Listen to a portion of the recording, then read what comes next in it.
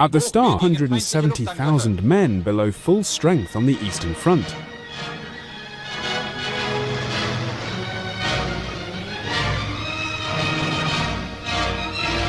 At the beginning of Operation Barbarossa,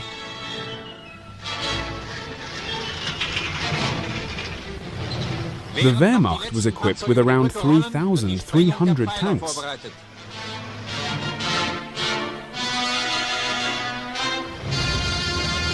By 23 January, only 495 tanks, mostly of older types, remained operational along the entire. As the forces of the Don Front were destroying the German forces in Stalingrad,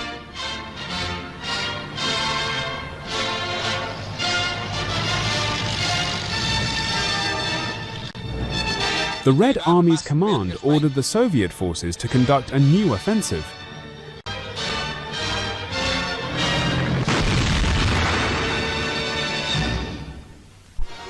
Which encompassed the entire southern wing of the Soviet-German front from Voronezh to Rostov. On 2 February, the Red Army launched Operation Star, threatening the cities of Belgorod, Kharkov and Kursk.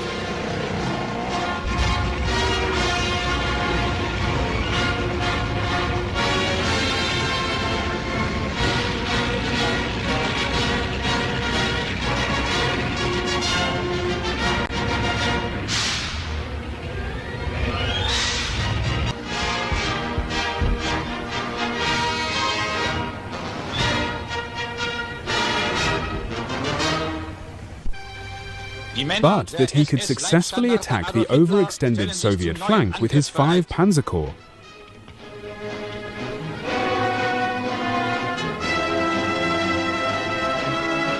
And recapture the city later. On 19 February, Soviet armored units broke through the German. Field Marshal Wolfram von Richthofen was able to regroup and increase the number of daily sorties from an average of 350 inches January to 1,000 inches February, providing German forces strategic air superiority. On 20 February, the Red Army was perilously close to Zaporizhia, signaling the beginning of the German counterattack, known to the German forces as the Donetsk Campaign.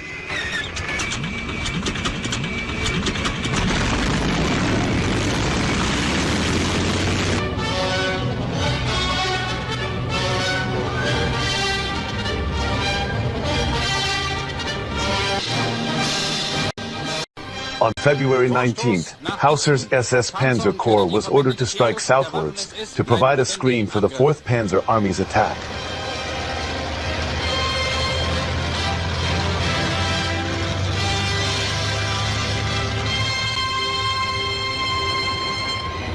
Simultaneously, Army Detachment Hallet was ordered to contain the continuing Soviet efforts to break through German lines. 1st Panzer Army was ordered to drive north in an attempt to cut off and destroy Popov's mobile group.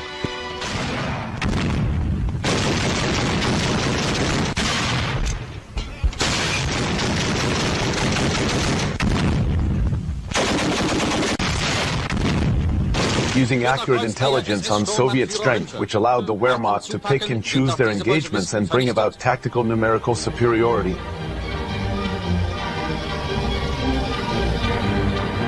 The 1st and 4th Panzer Armies were also ordered to attack the overextended Soviet 6th Army and 1st Guards Army.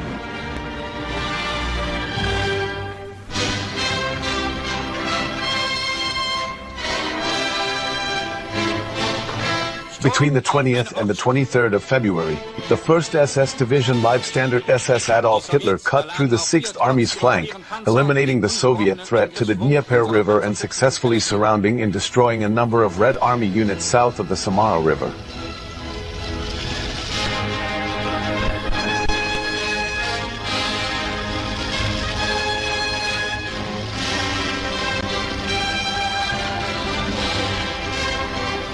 The SS Division Das Reich advanced in a northeastern direction, while the SS Division Totenkopf was put into action on February 22nd, advancing parallel to Das Reich.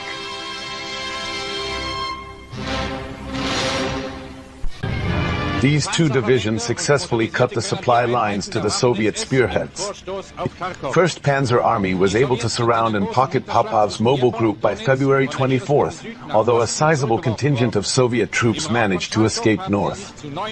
On February 22nd, alarmed by the success of the German counterattack,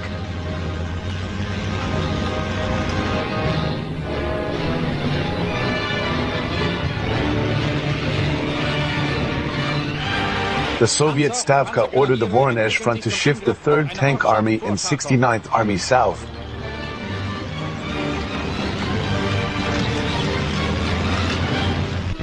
In an effort to alleviate pressure on the southwestern front and destroy German forces in the Krasnograd area, the Red Army's 3rd Tank Army began to engage German units south of Kharkov.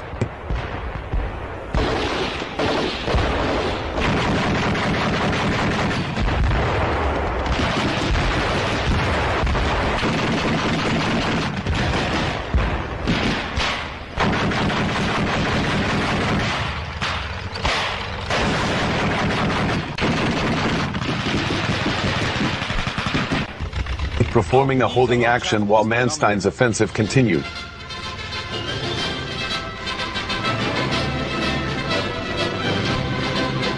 By February 24th, the Wehrmacht had pulled the Grossdeutschland division off the line, leaving the 167th and 320th Infantry Divisions, a regiment from the Totenkopf Division and elements from the Leibstandard Division to defend the western edge of the bulge created by the Soviet offensive.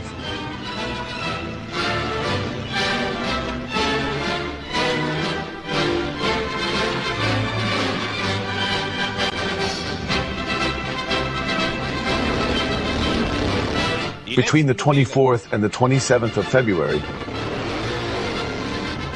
the 3rd Tank Army and 69th Army continued to attack this portion of the German line, but without much success.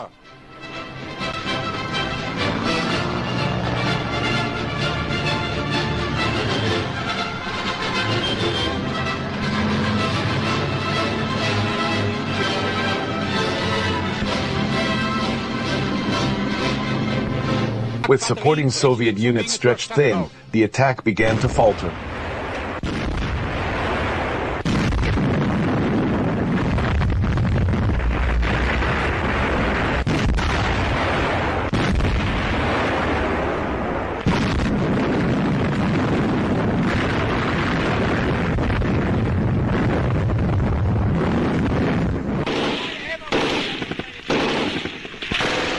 Early morning March 11th, the LSSAH launched a two-prong attack into northern Kharkov.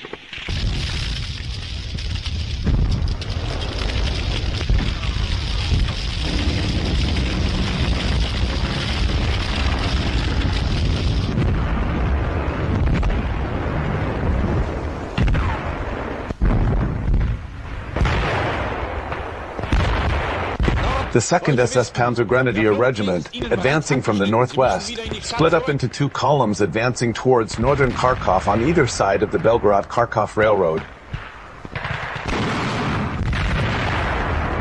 Severnyi Post District, meeting heavy resistance and advancing only to the Severnyi Railway Yard by the end of the day.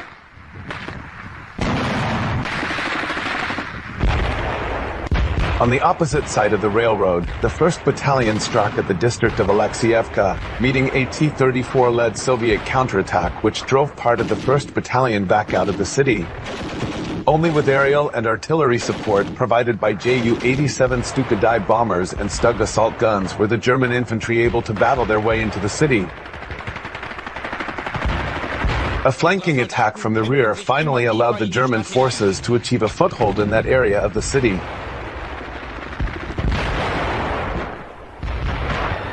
In the meantime, 2nd Battalion under SS Sturmbannführer Max Hansen on the western wing of Kampfgruppe Wood had penetrated the Soviets' lines and had reached the western end of Dzerzhinsky Square. Hansen split his force in two and sent each half around one side of the square to envelope it. By evening, despite casualties from snipers positioned in the Gazprom complex, his battalion had secured the perimeter of the square. He had also linked up with the rest of Kampfgruppe Wood in Suma Street at the eastern end of the square. At 1033rd Battalion of the SS Panzergrenadier Regiment 2 under the command of SS Sturmbannführer Johann Paper linked up with Hansen around Dzerzhinsky Square.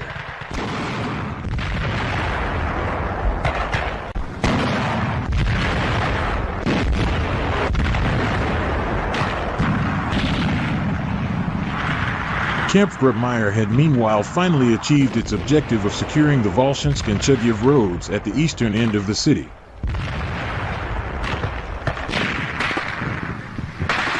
Set up in defensive positions around the road junction, they fought of many Soviet counterattacks throughout the day, cut off from the rest of the division. The following day, Kampfgruppe would push on from its positions around Dzerzhinsky Square on towards the Kharkov River. Weidenhaupt's battalion pushed east while Hansen headed south to link up with Paper's bridgehead on Moscow Avenue.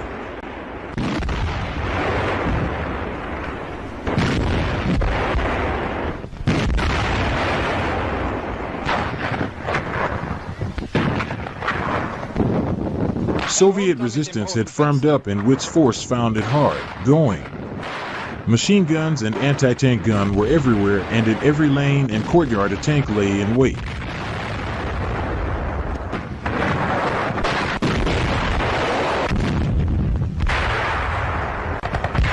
Each blocks had to be cleared building by building, and artillery sweep the bridges and approaches. Frey's battalion moved from its positions near the Kharkov airfield and advanced around the outskirts of the city, crossing the Kharkov River just to the north of the city. They then advanced back into the city down the Volshinsk road with hope of halting the Soviet escape from the city center.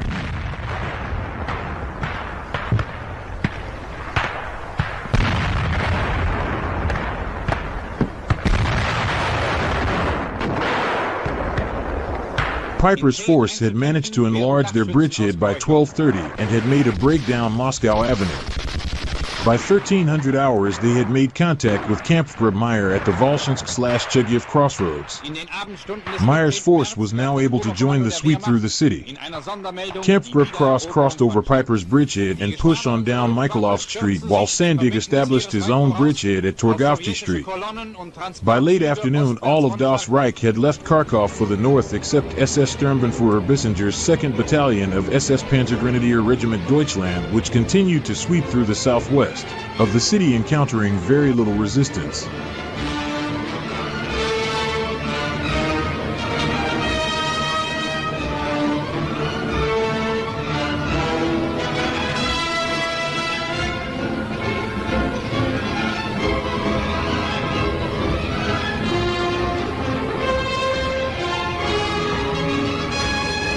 Kampfgruppe cleared the north of the Chugyev road, Wisch's force down the south side, and Meyer advanced down the road itself.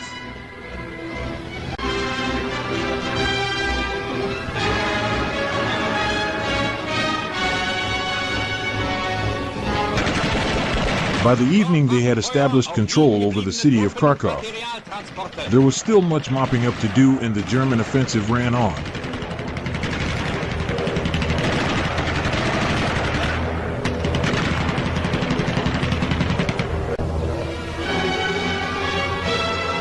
March 15th saw fighting in the factory district to the southeast of the city, and Kampfgruppe of Das Reich also assaulted the massive tractor factory complex from the south. Tit wasn't cleared of resistance until March 16th.